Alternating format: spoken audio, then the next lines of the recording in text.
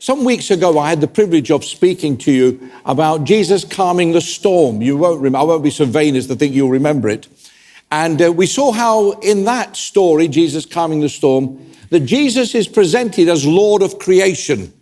The wind and the waves heard his voice. He said, "Peace, be still." As I mentioned, we weren't sure if he was talking to the disciples or the storm, but the storm heard his words and thought we better do what he says.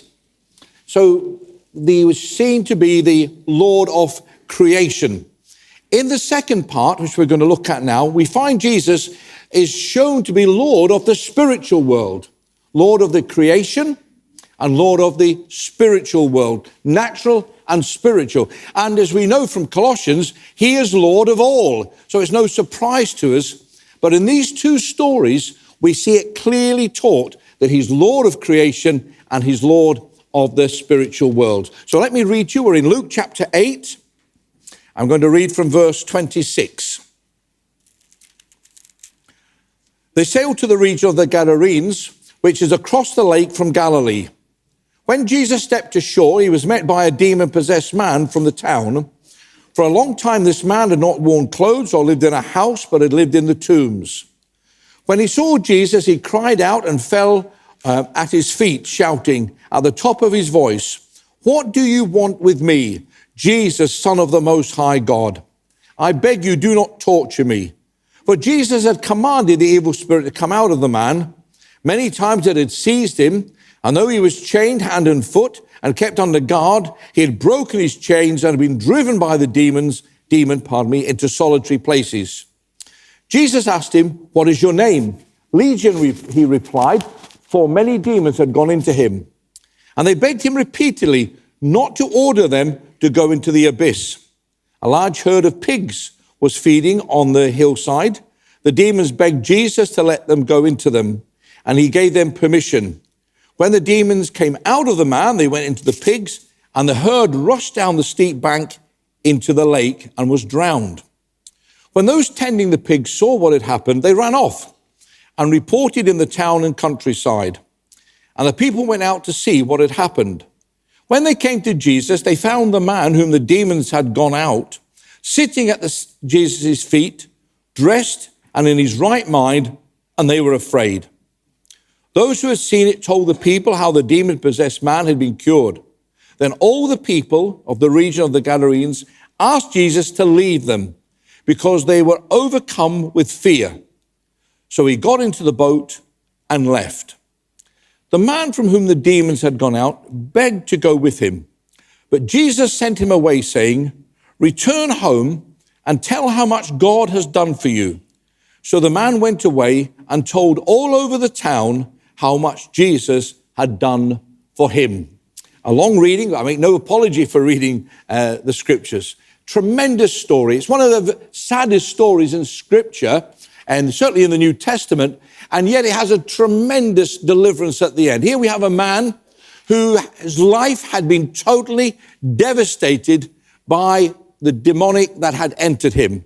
Now, we're told in Matthew that there were two men, but Luke's focus is on the one who was the speaker and whom the conversations took place with. It was a place where maybe people would have gone in that condition into the tombs. People didn't want them in the cities and in the towns. They would be driven out. And of course, the natural place for a demon to take someone is to a cemetery, because that's really the world that they live in that way. And so, having proved himself Lord of creation, as he psalmed the psalm, now he finds Jesus is confronted with this spiritual challenge. Certainly not a challenge to him, but he meets this man whose life had been totally devastated by the enemy's attack in his life. We're told, first of all, there that he had lost his self-respect.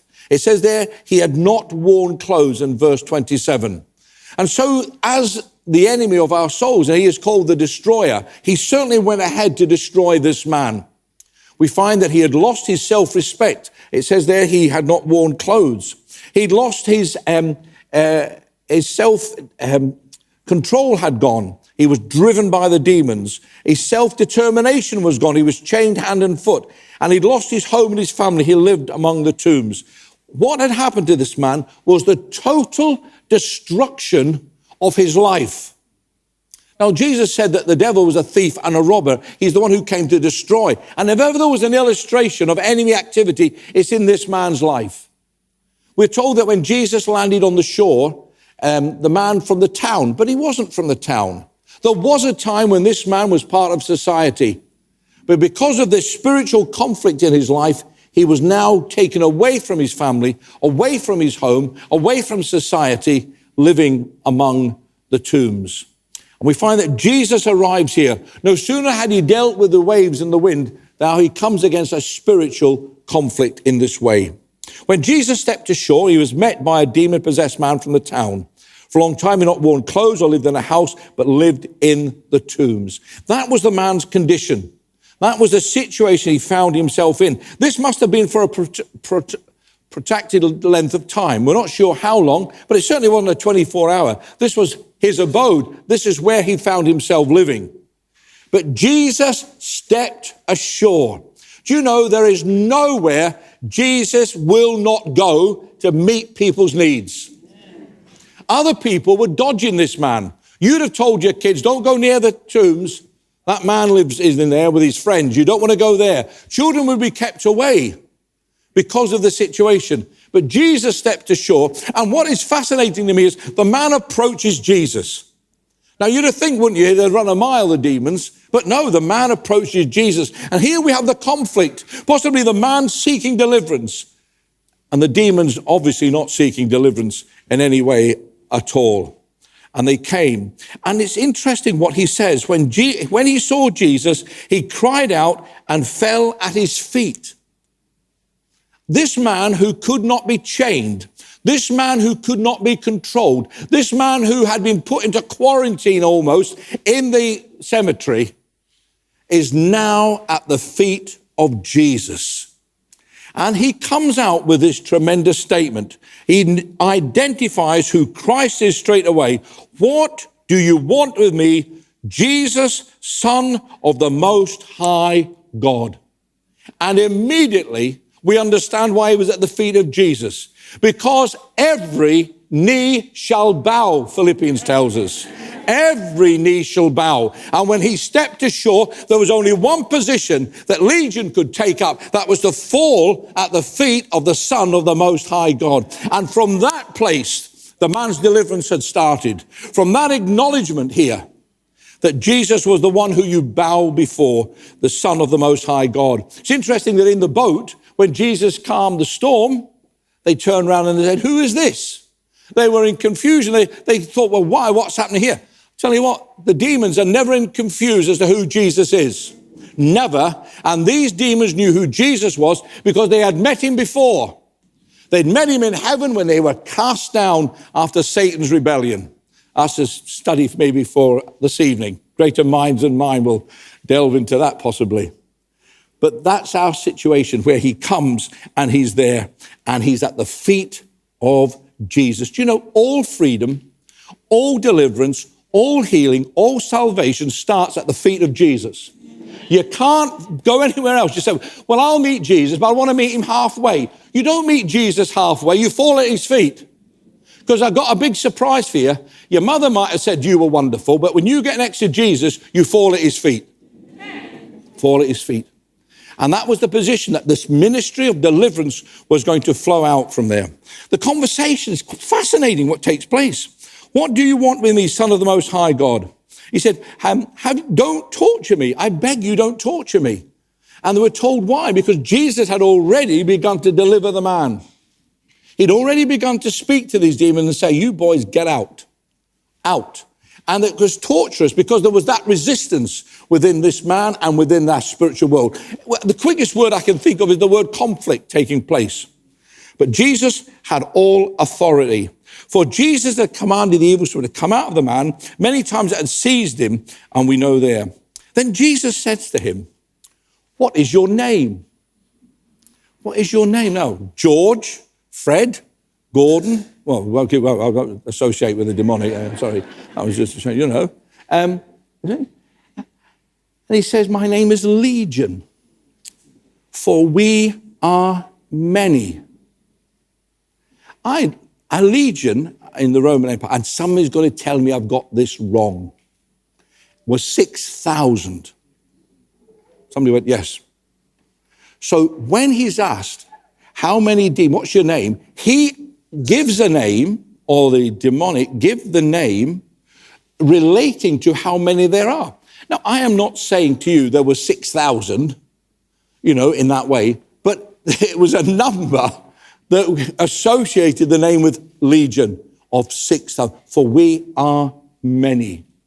This poor man's life, he had been infested by these demons. They had wrecked his life. They had wrecked his home. They had wrecked his self-respect had gone. The whole thing was, and it was their doing. They drove him. In fact, we're told in Matthew that he day and night they drove him. He had no rest. He had no peace. The whole situation was terrible. And Jesus says to him, what is your name? He said, he replied, Legion, because many demons had gone into him. And they begged him repeatedly not to order them to go into the abyss. There was no resistance here. We don't find any arguments from the demons. We don't find any arguments from the enemy's activity here at all. None at all. They actually begin to negotiate with Jesus. They knew they were going. They knew they were going because the Son of the Most High God was going to tell them. But they wanted to negotiate how they would go. And the story, and I have plenty of time to speak, but I'll just move on. The simple answer was there was a herd of pigs there, and they begged. They actually begged that they might leave the man and go into the pigs. But before that, they begged him repeatedly not to order them to go to the abyss. Now, the abyss is the judgment. They knew that the judgment was coming. In the book of the Revelation, it talks about the abyss and the furnace, etc. They knew they were judged. They knew there was a time coming when their time would be over. In this world, and I realize for some of you, this is going to be a very challenging concept. It really is. And please, part of the job of a preacher is to challenge your thinking and to stretch it.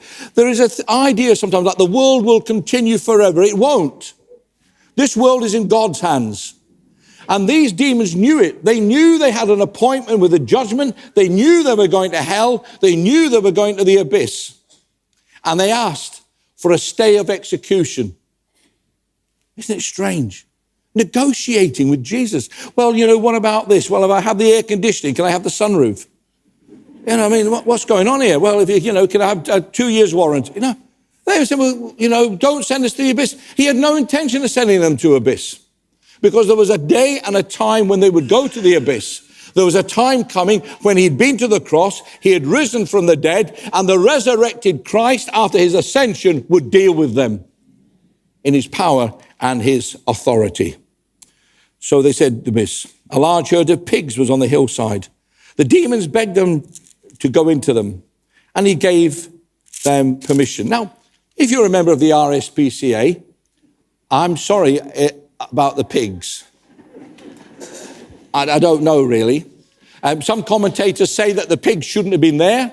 Jewish people shouldn't be keeping pigs. Other people say the Gadareans weren't Jewish, so they were allowed to keep pigs. It's very complicated. But this was the request of the demons. Rather than go to the abyss, they said they would go into the pigs. And the lordship of Christ is seen here. There is no negotiation. Forgive me. Jesus is not arguing. They ask, he says, yes. I said, really, I think it went like this. I don't care where you go, you're getting out of this man.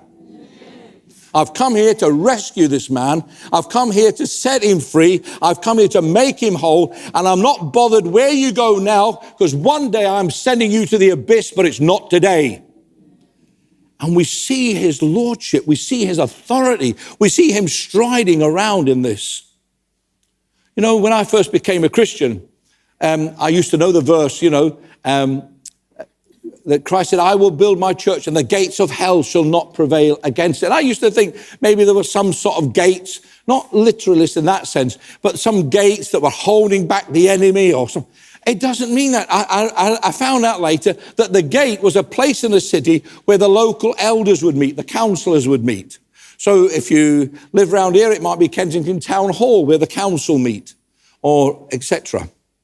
And Jesus is saying, no matter what plans, no whatever ideas, no matter what schemes the enemy comes up with, Jesus Christ will build his church. And no matter what these demons said or did, at the end of the day, Jesus was Lord. The man was going to be clean.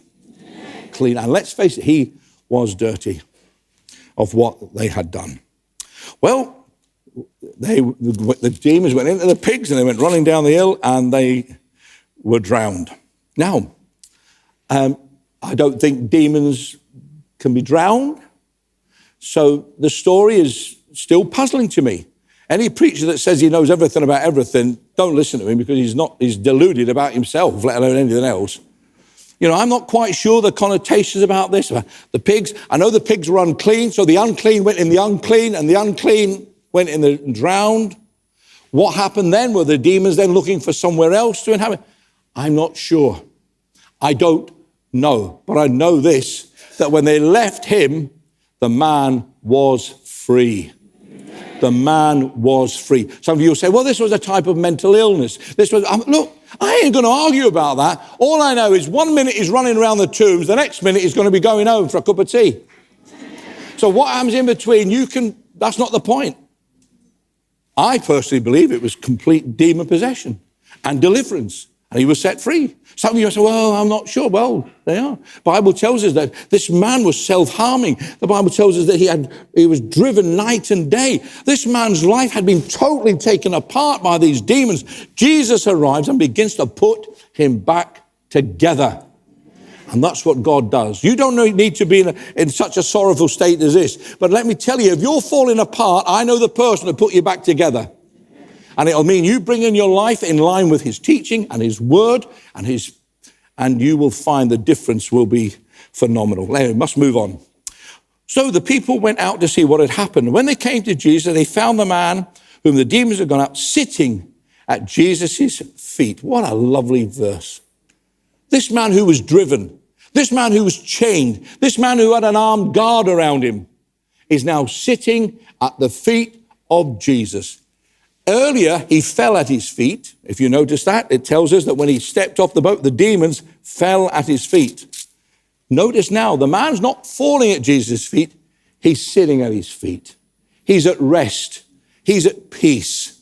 The conflict had gone. He was now able to think clearly and speak clearly. He looked out of eyes that were his eyes. He spoke from a heart that was his heart. He spoke from a mind that was his mind. And it was all because Jesus had set him free. He's sitting. Isn't it marvelous? Luke 8:27. It tells us in Luke 8 and verse 27, he was not clothed. And verse 35, he was clothed.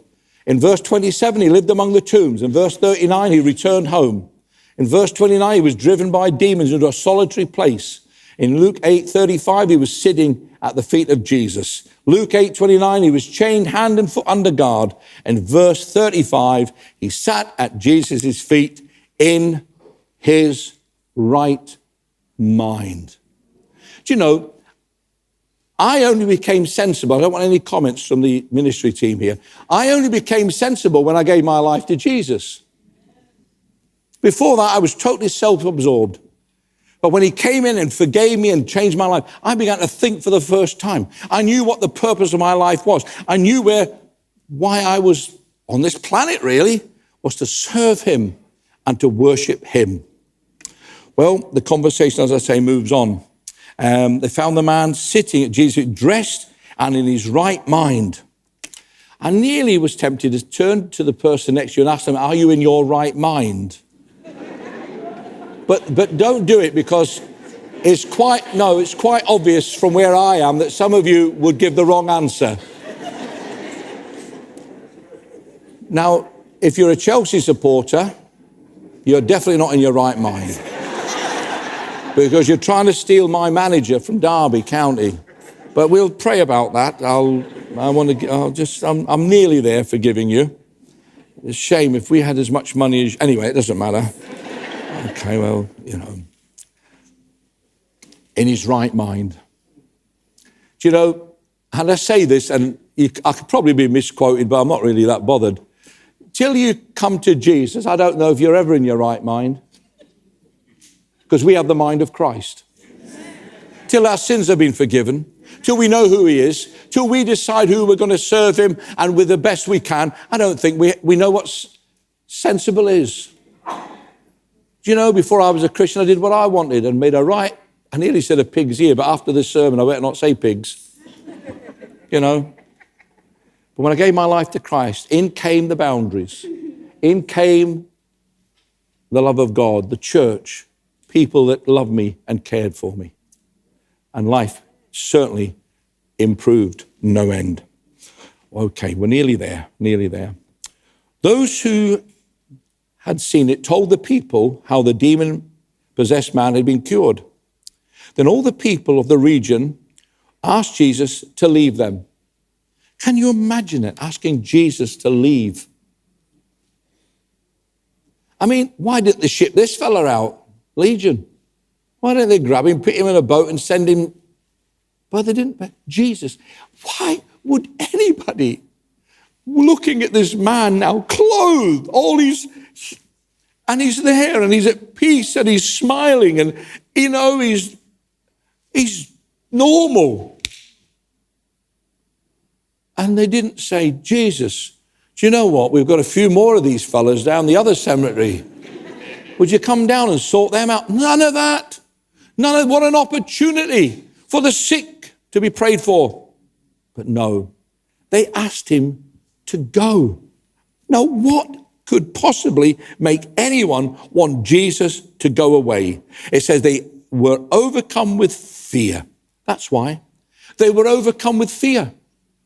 Some would say, well, some of them wanted him to go because they lost their pigs and they were looking for compensation. And I don't think we're going anywhere near there. I think they were frightened. Listen, if they were frightened of Legion, I could understand that. If I thought Legion lived in our cemetery, I'd drive the long way home. But Jesus? But they couldn't cope. And some people, you know, don't become Christians because they're not fearful of Jesus, but they wonder if I open my life to him, what changes there will be. Let me reassure you, whatever changes there will be for the better. Amen. The devil comes that he might destroy. Everything that the demons had robbed this man of, Jesus restored. He restored his dignity. He restored his sound mind. He restored his family. He restored everything. Well, they asked Jesus to leave. And what did Jesus do? It says there, he got into the boat and left. Imagine that. Got into the boat and left. But you see, the society didn't want him. But it was worth it for one man. You might say, well, all that way across the lake and all that happens is one fella's delivered. Let me say, one is enough with Jesus. If there's one person in this service this morning who's not a Christian, then Jesus is here to reveal himself to you as your Savior and friend, without a doubt, without a doubt. Others have come because they want to worship and etc. and share in the giving and the word, yes. But if there's just the one, was it a wasted journey? Well, when I was a minister in training, I had to fill in report forms, how many people I'd visited, etc. Do they do that now? Do they still do that? Okay. You know, and a report, you know, went all the way to the land of the Gadarenes, only one convert. Oh, Elam headquarters. Well, he's not very good, is he? Hang on, 6,000 demons cast out. Well, I think that might have impressed them. Just for the one. Then he got into the boat. There's a little bit of an appendage here. It says there, the man from whom the demons had gone out, verse 38, begged to go with him. Wouldn't he? Why wouldn't he? He'd just been set free. For the first time in years, this man was now enjoying freedom. And Jesus doesn't do what some might do. He doesn't say, okay, come with me because you'll be quite a draw, actually. Because what I've got is in the first service, I've got Lazarus giving his testimony. I was dead and now I'm alive. Right, that'll fill the town hall in the afternoon. But Legion, I want you to come because I think you could draw a crowd if you come with me. In fact, I'm going to film it. And we're going to have some DVDs, which are available. No, there aren't. You know, I'm going to write a book. None of that. Jesus never performed the miracle to draw a crowd. Never, ever. And if you find one that he did, I'll publicly apologize next time. He never worked to a draw. He didn't need to. It says the crowds went out to him because he taught them as one who had authority. It was his teaching that drew them. As the crowds came out, then he saw they were hungry and did the 5,000. You know, he met them on the way. He met the blind man and he would minister. But he wasn't thinking, you know, I need to do something to draw a crowd. He had crowds. He had to get in boats just to get a bit of peace from the crowds. And what he did was this. He didn't sign him up for Direction magazine or Revival Times. Oh dear. Oh, steady. He sent him home. Sent him home. Why did he send him home? Because that's where this man should have been all the time. Sent him home. Maybe he had a wife, we don't know. Maybe he had children. Maybe his children were frightened of their father because of his condition. And he says, I want you to go home, please. In fact, Mark's verse 5, verse 18 says, go home to your family. So he had a family. I wonder what his wife thought when he walked up the garden path. Maybe she had a special alarm in the house that she pressed. Maybe there were bolts on the doors. I don't know. But he came home to his family. Isn't that wonderful? Not an evangelistic tour, not a crusade, and they're great, don't get me wrong. But his family. Go home to your family and tell how much the Lord has done for you. And then lastly, Mark comes these words, and how he had mercy on you. What happened to the Gadarene? What happened to this man was this. God had mercy on him. That's the basis of all God's ministry to us. God has never done anything for you because you deserve it. And if you sit there thinking, well, I deserve, to be healed because, I've been listening to, I better pick who I pick now. I've been listening to Gordon Neale for several weeks now, and I think that deserves a healing. Well, actually, it deserves a brain scan, I think, if you're listening to me. But, no, he's not going to heal you because you put up with my preaching. He's not going to heal you because you've traveled all this way into church. I'll tell you why he will heal you. I know why he set this man free, because he looked at him and he had mercy on him. Now, that doesn't mean to say we live as we want. I want to please him. I want to do it. I need to be a better Christian than I am. Oh, no doubt about that. But go home and tell them what the Lord has done for you and how he has had mercy on you. And God loves sharing his mercy. God loves. I met people who don't have a lot of mercy. You make one mistake with them and that's you finished. They wash your hands of you and are hard and unforgiving. But not Jesus. When I think of all the things I said and did before I was a Christian, how could Jesus ever forgive me? And I was only a teenager living in Norfolk. I went to school in Greenford, whatever, and all the rest of it. Just a lad. My sister said to me some time ago, she said, I don't remember you ever having a meal at home with us. I said, well, that's simple. She said, what? I was never in. Never in. Straight home from school, out. A bit like this man, really. I was out, gone. But he had mercy. And today, Jesus wants to have mercy on you. If you have some demons, well, we're not frightened of them. That's for sure. Told the first service, I've never had a demon yet that didn't do what I told it. But I've met some Christians I could have ministered to. I sounded like Win then, didn't I? Ministered to. No, we're not bothered. If you need mercy and deliverance, we will pray with you. If you need divine healing, we will pray with you. If you need wherever you need, we'll pray for you. Because we believe in the mercy of God. We believe he's gracious and merciful. Now you say, does that mean I will always get healed? Sadly, no.